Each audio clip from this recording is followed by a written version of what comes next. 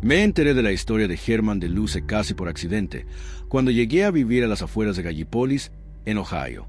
Siempre fui curioso, y en mis caminatas matutinas pasaba a menudo por delante de su casa ruinosa, una construcción tan vieja y agrietada que parecía a punto de rendirse al siguiente vendaval.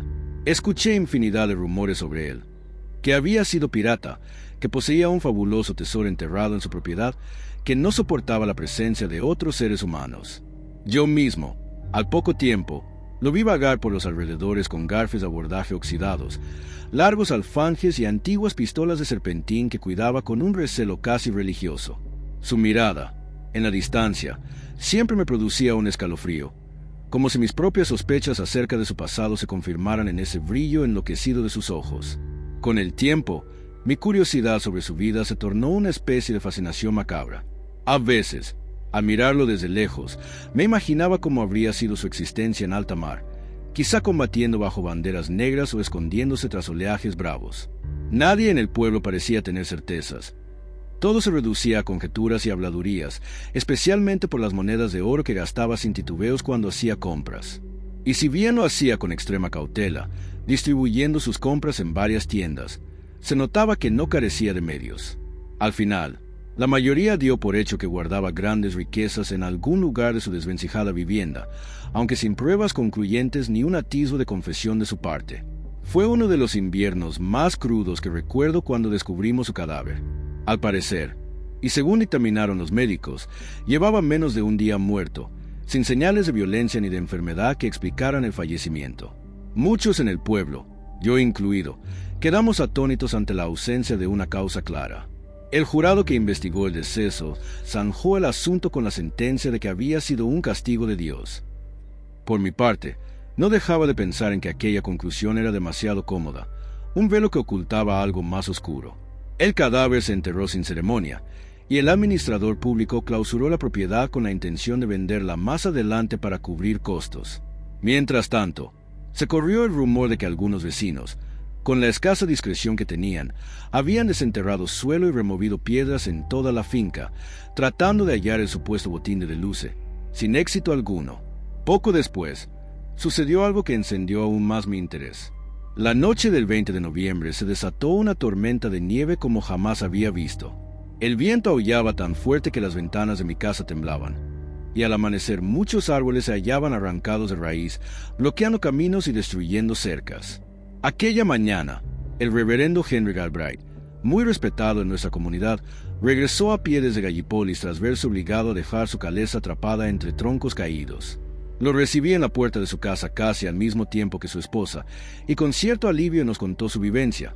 Dijo haber pasado la noche con el viejo de Luce en la isla de los Pinos. Nos reímos nerviosos, pues todos sabíamos que de Luce llevaba ya días enterrado. Sin embargo, el reverendo insistió.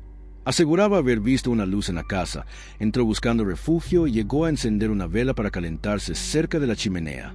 Afirmaba que de Luce había aparecido en la habitación, silencioso y errático, como si de un sonámbulo se tratara. Según Galbraith, lo vio deambular un par de veces más antes de conciliar el sueño, y al despertarse al alba, el anciano ya no estaba. La historia nos dejó perplejos. De inmediato surgió la explicación de que el cansancio y la tormenta le habían provocado al reverendo una especie de sueño pesado y lleno de alucinaciones. Las dudas del reverendo, sin embargo, no se disiparon tan fácilmente. Yo mismo sentía una mezcla de escepticismo y miedo, y si de verdad había algo o alguien ahí dentro. Fue entonces cuando nos aventuramos a investigar la casa.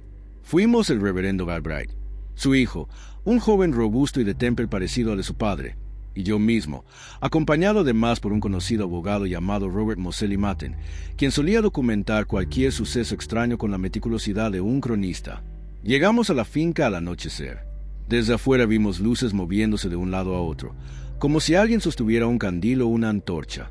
Al aproximarnos, escuchamos una algarabía aterradora, choques metálicos, gritos, blasfemias y hasta detonaciones que recordaban disparos.